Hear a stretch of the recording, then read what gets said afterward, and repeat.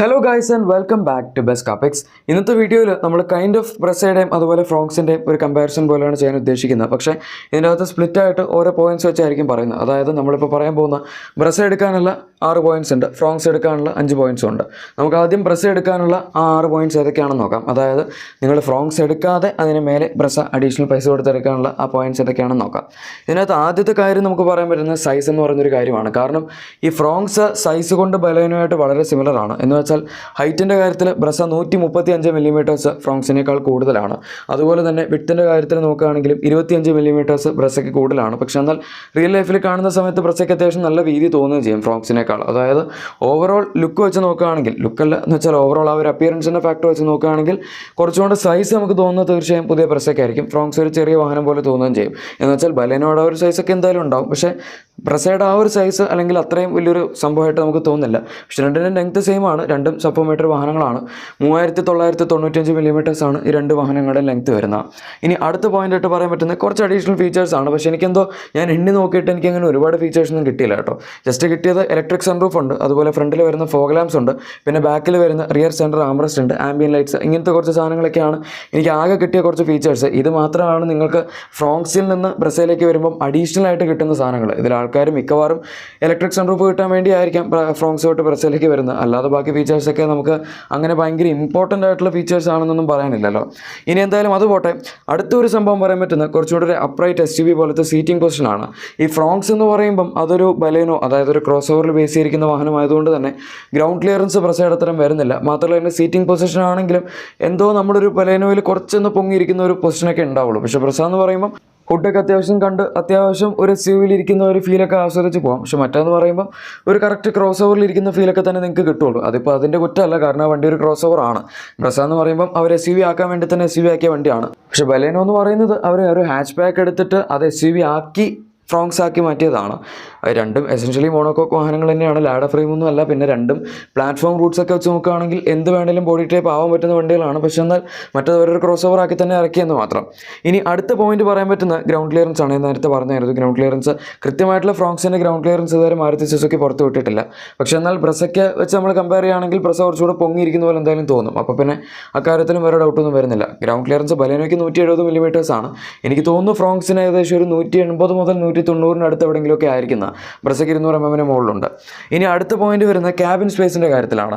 നമ്മളിപ്പോൾ ഫ്രോങ്സ് എടുക്കുകയാണെങ്കിൽ അതിനകത്ത് ബലേനോയിൽ കിട്ടുന്ന ഒരു സെയിം ക്യാബിൻ സ്പേസ് തന്നെയായിരിക്കും കിട്ടുന്നത്. അഡീഷണൽ ആയിട്ടൊന്നും കിട്ടുന്നില്ല. പക്ഷേ ബ്രസയിലേക്ക് വരുമ്പോഴേക്കും വണ്ടിക്ക് കുറച്ചുകൊണ്ട് വീതി ഉള്ളതുകൊണ്ടും ബാക്കിൽ കുറച്ചുകൊണ്ട് സ്ഥലം ഉള്ളതുകൊണ്ടും ബൂട്ട് സ്പേസ് 20 ലിറ്റേഴ്സ് കൂടുതലുള്ളതുകൊണ്ടും ഓവറോൾ ആ ഒരു സ്പേസ് ഫാക്ടറും ആ ഒരു ക്യാബിനിൽ വരുന്ന എയറിനെസ്സും എല്ലാം എടുത്ത് നോക്കുകയാണെങ്കിൽ ബ്രസ തന്നെയായിരിക്കും ഒരു പടി നമ്മുടെ ഫ്രോങ്സിനേക്കാൾ മുമ്പിൽ നിൽക്കുന്നത്. ഭയങ്കര വലിയ ഡിഫറൻസ് ഉണ്ടെന്നല്ല, ബലേനോ തന്നെ അത്യാവശ്യം നല്ല സ്പേസ് ഉള്ളൊരു വാഹനമാണ്. പക്ഷേ എന്നാൽ നമ്മൾ ഡയറക്റ്റ് ആയിട്ട് നോക്കുമ്പം കുറച്ചുകൂടെ ഹെഡ് റൂമൊക്കെ കൂടുതൽ കിട്ടുന്നത് തീർച്ചയായും ബ്രസയിലായിരിക്കും. ഇനി അടുത്ത പോയിന്റ് പറയാൻ പറ്റുന്ന പ്ലാറ്റ്ഫോമും അതുപോലെ സേഫ്റ്റിയാണ്. ഇതിൻ്റെ ഗ്ലോബൽ C പ്ലാറ്റ്ഫോമിലാണ് ബ്രസ വരുന്നത്. പക്ഷേ എന്നാൽ ഫ്രോങ്സ് എന്ന് പറയുമ്പം ഹാർടെക് പ്ലാറ്റ്ഫോമിലാണ് വരുന്നത്. ഫ്രോങ്സിൻ്റെ സേഫ്റ്റി റേറ്റിംഗ് ഒക്കെ മാരുതി നന്നായിട്ട് വർക്ക് ചെയ്തിട്ടുണ്ട് എന്നാണ് അവർ പറയുന്നത്. പക്ഷേ ഇതുവരെ നമുക്ക് റേറ്റിംഗ് ഒന്നും കിട്ടിയിട്ടില്ല.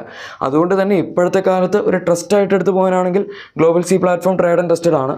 നിങ്ങൾക്ക് മറ്റേ വണ്ടിയുടെ സേഫ്റ്റി റേറ്റിംഗ് വരുന്നത് വരെ വെയിറ്റ് ചെയ്യാനൊന്നും പറ്റില്ല. അല്ലെങ്കിൽ അത്രയും ഒരു സെക്യൂർ ആയിട്ടുള്ള വണ്ടി വേണം എന്ന് മനസ്സിൽ വിശ്വസിച്ചെടുക്കണം എന്നുണ്ടെങ്കിൽ എടുക്കാൻ പറ്റിയൊരു വണ്ടി തന്നെയാണ് ബ്രസ. അതിൽ സംശയമൊന്നുമില്ല. കാരണം ഈ വണ്ടിയുടെ സേഫ്റ്റി റേറ്റിംഗിൽ എന്തായാലും നമ്മൾ ക്വസ്റ്റ്യൻ ചെയ്യേണ്ട ആവശ്യമില്ല. നേരത്തെ വണ്ടി, അതായത് ഇതിന് മുമ്പ് ഉണ്ടായിരുന്ന ബ്രസയിൽ തന്നെ 2 എയർ ബാഗ്സ് വെച്ച് തന്നെ 4 സ്റ്റാർ സേഫ്റ്റി റേറ്റിംഗ് കിട്ടിയതാണ്. അർബൻ ക്രൂസറിനും കിട്ടിയതാണ് 4 സ്റ്റാർ സേഫ്റ്റി റേറ്റിംഗ്, 13.5 പോയിന്റ്സ് ഒക്കെ വെച്ച്. പിന്നെ ഇവരുടെ പുതിയ സേഫ്റ്റി പ്രോട്ടോക്കോൾ മാറിയിട്ട് ഇവർ ടെസ്റ്റ് ചെയ്തിട്ടില്ല. പക്ഷെ എന്നാൽ പോലും എനിക്ക് തോന്നുന്നില്ല ഇതിൻ്റെ ക്രാഷ് ടെസ്റ്റ് റേറ്റിംഗ്സ് ഒരുപാട് മോശമൊന്നും ആവുന്നു. കാരണം ഇപ്പോൾ ബ്രസയിൽ നമുക്ക് 6 എയർ ബാഗ്സ് അവൈലബിൾ ആണ്. പിന്നെ ഗ്ലോബൽ ക്യാപ്പിൻ്റെ പുതിയ നോംസ് അനുസരിച്ച് ESP ഒക്കെ വരുന്നുണ്ട്. അതായത് അതിന് വേണ്ട എല്ലാ കാര്യങ്ങളും അവരിപ്പോഴും ബ്രസയിൽ കൊടുക്കുന്നുണ്ട്.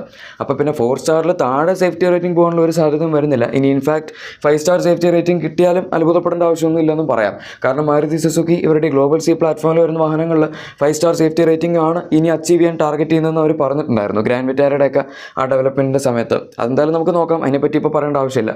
പക്ഷേ ഓവറോൾ നോക്കുകയാണെങ്കിൽ സേഫ്റ്റിയുടെ കാര്യത്തിൽ എനിക്ക് തോന്നുന്നില്ല ഫ്രോങ്സ് വളരെ മോശമായിരിക്കുന്നത്. 3 4 stars ഒക്കെ അതിനും കിട്ടുമായിരിക്കും. 6 എയർ ബാഗ്സ് ഒക്കെ ആ വാഹനത്തിലും വരുന്നുണ്ട്. സേഫ്റ്റി ഫീച്ചേഴ്സിൻ്റെ കാര്യം എടുക്കുകയാണെങ്കിലും ബ്രസയിലും ഫ്രോങ്സിലും ഒക്കെ ഏകദേശം സിമിലർ ആയിട്ടാണ് വരുന്നത്. പക്ഷേ ഞാൻ പറഞ്ഞ ഒരു ട്രസ്റ്റ് ഫാക്ടർ കൊണ്ട് മാത്രമാണ് ഞാൻ അങ്ങനെ പറഞ്ഞത്.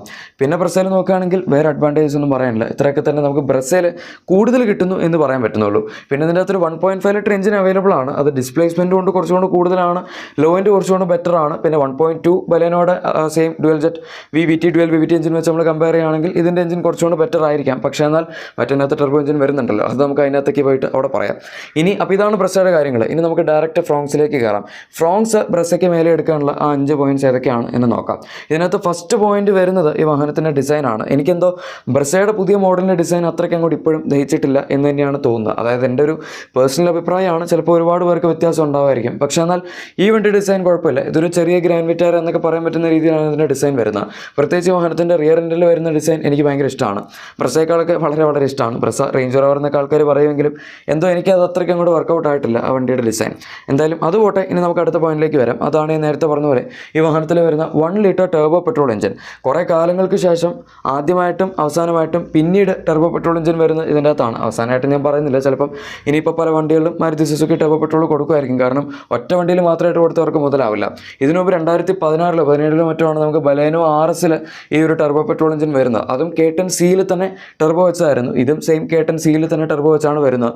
അന്നത്തെ കാലത്ത് സെയിം പവർ ഫിഗേഴ്സ് തന്നെയാണ് ഇതിനിപ്പോഴും വരുന്നത്. 100 PS പവറും 148 Nm ടോർക്കും. അതുകൊണ്ട് അക്കാര്യത്തിലൊന്നും കുഴപ്പമില്ല. പിന്നെ ഈ വണ്ടിയുടെ പവർ ടു വെയിറ്റ് റേഷ്യോ ഒക്കെ നല്ലതായതുകൊണ്ട് സംഭവം 100 PS പവർ ഓൺ പേപ്പറിലുള്ളെങ്കിൽ പോലും അത്യാവശ്യം നന്നായിട്ട് പെർഫോം ചെയ്യുമായിരിക്കും. ഇതിനകത്ത് വേറൊരു 1.2 ലിറ്റർ എഞ്ചിൻ വരുന്നുണ്ട്. അത് 90 PS അതുപോലെ 110 Nm ടോർക്കുമാണ് ജനറേറ്റ് ചെയ്യുന്നത്. നമ്മളിപ്പോൾ ഡയറക്റ്റ് ഓൺ പേപ്പർ കമ്പയർ ചെയ്യുകയാണെങ്കിൽ ഇതിന് ജസ്റ്റ് 10 PS പവർ കൂടുതലുള്ളൂ. പക്ഷേ എന്തായാലും റിയൽ ലൈഫിൽ ഓടിക്കുമ്പോൾ ഒരു സംശയം വേണ്ട, ഈ വണ്ടി ഓടിക്കാൻ അത്യാവശ്യം നല്ല രസമായിരിക്കും. നമ്മളിപ്പോൾ ഈ സെഗ്മെൻറ്റിൽ വെച്ച് നോക്കുകയാണെങ്കിൽ പഞ്ചിൽ 1.2 ലിറ്റർ എണ്ണ മാത്രമേ വരുന്നുള്ളൂ. കൈഗറിലും മാഗ്നൈറ്റിലും 1 ലിറ്റർ ടർബോ അവൈലബിൾ ആണ്. അതിനും സെയിം ഏകദേശം ഒരു 100 PS പവർ ആ ഒരു റേഞ്ചിൽ തന്നെയാണ് പവർ ഫിഗേഴ്സ് വരുന്നത്.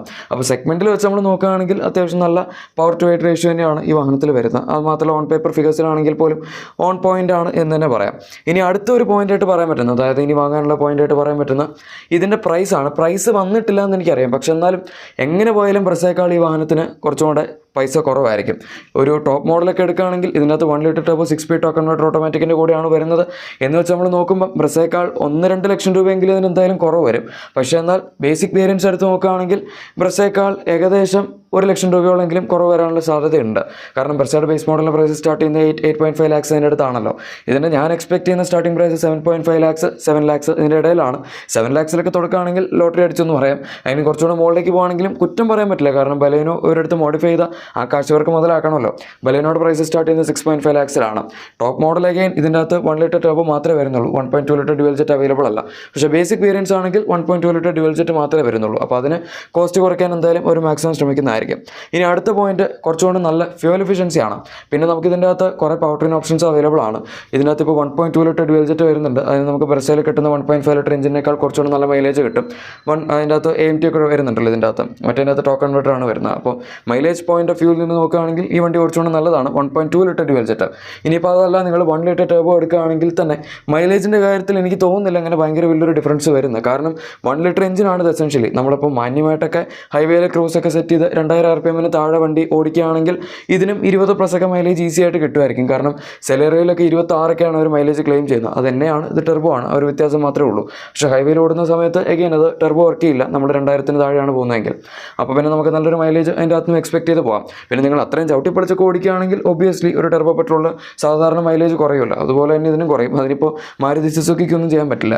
ഇനി ഇതിനകത്ത് നമ്മളൊരു ഓൾറൗണ്ടർ പാക്കേജായിട്ട് പറയുകയാണെങ്കിൽ ഒരു പക്ഷേ ഫ്രോങ്സ് ബ്രസയേക്കാൾ നല്ലതാണ് എന്ന രീതിയിലേക്ക് വന്നേക്കാം. ആ കുറച്ച് ഫീച്ചേഴ്സിൻ്റെ വ്യത്യാസം പിന്നെ നേരത്തെ പറഞ്ഞ കാര്യങ്ങൾ മാത്രമാണ് ഇതിനകത്ത് വ്യത്യാസം വരുന്നത്. അല്ലാതെ നോക്കുകയാണെങ്കിൽ നിങ്ങൾക്ക് ഇപ്പോൾ ടോപ്പ് ആൻഡ് ഓൺ റോഡ് പ്രൈസിൽ ഏകദേശം 2-2.5 ലക്ഷം രൂപയോളൊക്കെ ലാഭിക്കാൻ ഈ വണ്ടിയിൽ പറ്റുമെങ്കിൽ തീർച്ചയായും ഇത് തന്നെയായിരിക്കും നല്ലൊരു ഓപ്ഷൻ. പക്ഷേ അതല്ല, നിങ്ങൾക്കത് പറ്റില്ല. അതായത് പ്രൈസ് ഡിഫറൻസ് ജസ്റ്റ് 1 ലക്ഷമൊക്കെ ഉള്ളെങ്കിൽ വേണമെങ്കിൽ ബ്രസ തന്നെ എടുക്കാം. പക്ഷേ ഒരു കാര്യമുണ്ട്, ഇതിനകത്ത് നമുക്ക് കുറച്ചുകൂടെ നല്ല എഞ്ചിൻ കിട്ടും.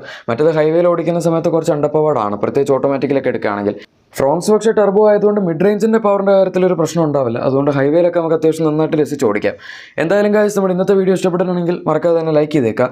ഇതുപോലുള്ള വാഹനങ്ങളുടെ കൂടുതൽ അപ്ഡേറ്റ്സും ഡീറ്റെയിൽസും എല്ലാം നിങ്ങൾക്ക് തന്നെ ആദ്യം ലഭിക്കാൻ താല്പര്യമുണ്ടെങ്കിൽ മറക്കാതെ തന്നെ ചാനൽ സബ്സ്ക്രൈബ് ചെയ്യുക. കൂടെ സൈഡിൽ കൊടുത്തിരിക്കുന്ന ആ ബെൽ ബട്ടണിലൂടെ പ്രസ് ചെയ്ത് അത് ഓൾ നോട്ടിഫിക്കേഷൻസ് ആക്കി വെക്കുകയാണെങ്കിൽ ഞങ്ങളുടെ അപ്കമിംഗ് വീഡിയോസിൻ്റെ അപ്ഡേറ്റ്സ് എല്ലാം നോട്ടിഫിക്കേഷൻസ് ആയിട്ട് നിങ്ങൾക്ക് തന്നെ ആദ്യം ലഭിക്കുന്നതായിരിക്കും. Thank you for watching my video.